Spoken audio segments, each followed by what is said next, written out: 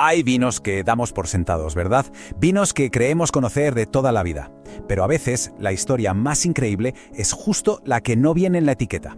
Pues bien, hoy vamos a descorchar el relato sorprendente y lleno de misterio de una de las uvas más famosas del mundo. Si uno piensa en Zinfandel, la cabeza se va directamente a California. Durante muchísimos años se ha vendido como la uva de América, un producto tan de allí y tan característico como la mismísima fiebre del oro, que por cierto ayudó a que se hiciera súper popular. Y aquí es donde la historia da un vuelco de guión, porque resulta que este icono tan californiano esconde un pasado europeo, un secreto que costó décadas resolver y que nos va a llevar de viaje por el Atlántico de una forma que nadie se esperaba. Venga, vamos a meternos en faena.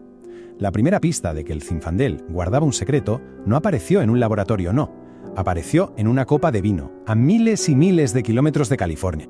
Estamos en los años 60. Unos enólogos viajan al sur de Italia, a la región de Apulia, y se quedan, alucinados. Prueban un vino de la zona llamado Primitivo y, sorpresa, el sabor les resulta increíblemente familiar, casi un calco del Zinfandel de California. Así que la pregunta era obvia: ¿cómo es posible que dos uvas diferentes den vinos prácticamente idénticos? Pues esa pregunta fue el inicio de una investigación que duraría más de 30 años. Pero un momento, antes de resolver el misterio, vamos a ver cómo esta uva consiguió convertirse en una estrella en Estados Unidos. Porque su viaje, desde luego, tiene tela, es una auténtica aventura. Todo empieza, fíjate, en 1829. Unas vides de un vivero imperial de Viena cruzan el charco y llegan a la costa este de Estados Unidos. Al principio nada de vino, Se cultivaban invernaderos de Boston para comer, como uva de mesa. Pero su destino cambió radicalmente con la fiebre del oro. Los pioneros se la llevaron al oeste, a California, y allí encontró el paraíso. Tanto que para finales de siglo ya era la uva más plantada de todo el estado. Y cuando el Zinfandel estaba en lo más alto, va y llega la ley seca. Cualquiera diría que eso fue el fin, pero no, la cosa es más compleja, porque hacer vino en casa seguía siendo legal. El verdadero problema para el Zinfandel no fue la ley, fue el transporte. Su piel es muy fina y no aguantaba el larguísimo viaje en tren hasta la otra punta del país. Claro, el mercado lo que pedía eran uvas que llegaran sanas. Y aquí es donde aparece una nueva protagonista, la Alicante Bouschet. Esta uva tenía la piel mucho más gruesa, perfecta para el viaje.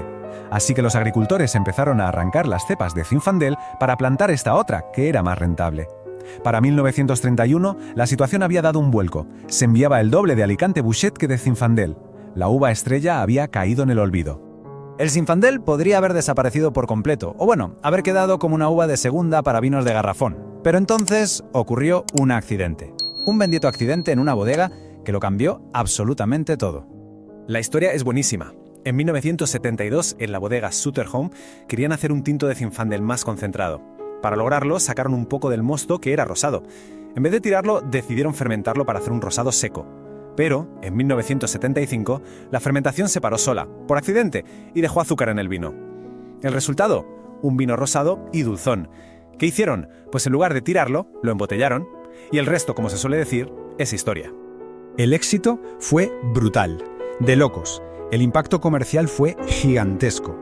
Este vino rosado, fácil de beber, el White Zinfandel, llegó a vender 6 veces más que el tinto. Se convirtió en un auténtico fenómeno, no solo comercial, sino cultural. Y aquí viene lo más importante.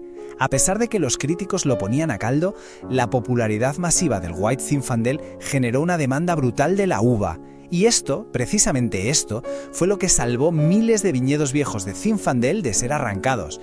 Se preservó, casi sin querer, un tesoro genético para que futuras generaciones de enólogos pudieran volver a hacer tintos espectaculares. Bien, con las viñas a salvo, volvemos a nuestro misterio de identidad. La solución definitiva no iba a venir de un catador con buena nariz, no, vendría de la ciencia, de científicos que se convirtieron en auténticos detectives genéticos. La herramienta que lo cambió todo fue el perfil de ADN. Funciona, para que nos entendamos, de forma muy parecida a como se usa en criminología. Permite comparar el material genético de distintas plantas y saber con total certeza si son idénticas, si son parientes o si no tienen nada que ver. Y en 1993, ¡zas!, llegó la primera gran revelación. La doctora Carol Meredith, de la Universidad de California en Davis, aplicó esta técnica y confirmó la sospecha que llevaba décadas en el aire. Zinfandel y Primitivo eran genéticamente la misma uva, no primas ni hermanas, no. Eran clones, idénticas.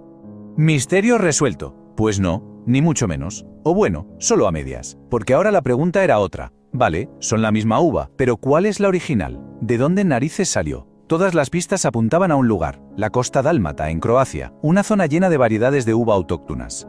El principal sospechoso era una uva de allí, la Plavac Mali, pero en 1998 el ADN confirmó que no era la misma. Y entonces, otro giro de guión. En el año 2000 descubren algo alucinante. El Zinfandel no era un descendiente de la Plavac Mali, era uno de sus padres. Así que intensificaron la búsqueda hasta que, en 2001, en un viñedo perdido, encontraron unas pocas cepas de una variedad casi extinguida que esta vez sí dio una coincidencia de ADN perfecta.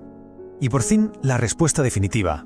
La uva madre, el origen de todo, se llamaba Krierenak Kastelanski. Y tirando más del hilo, los investigadores descubrieron un nombre todavía más antiguo para ella, Trividrak, un nombre que ya aparecía en documentos en Croacia en el siglo XV. El misterio de la uva americana estaba por fin resuelto. Ahora que ya sabemos toda la historia, vamos a ver lo más curioso, cómo esta uva trotamundos se manifiesta de formas tan distintas en sus tres hogares principales. Es que es fascinante. La misma genética, el mismo ADN, pero vinos diferentes según donde crezca. En Estados Unidos, el Zinfandel es famoso por esos tintos potentes, con sabor a mora, a pimenta, y claro, por el White Zinfandel. En Italia, el primitivo suele ser más rústico, con más cuerpo, y en Croacia están ahora recuperando la producción del Trividrak, intentando volver a su perfil original. Eso sí, hay algo que une a todas sus versiones: su capacidad para acumular un montón de azúcar. ¿Y eso qué significa? Pues que a menudo da como resultado vinos con una graduación alcohólica alta, por encima del 15%. Ese carácter potente es sin duda su seña de identidad, da igual donde se cultive.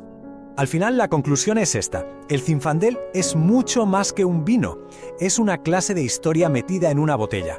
Es la prueba de que detrás de algo que nos parece de lo más familiar se puede esconder un viaje épico a través de continentes y de siglos.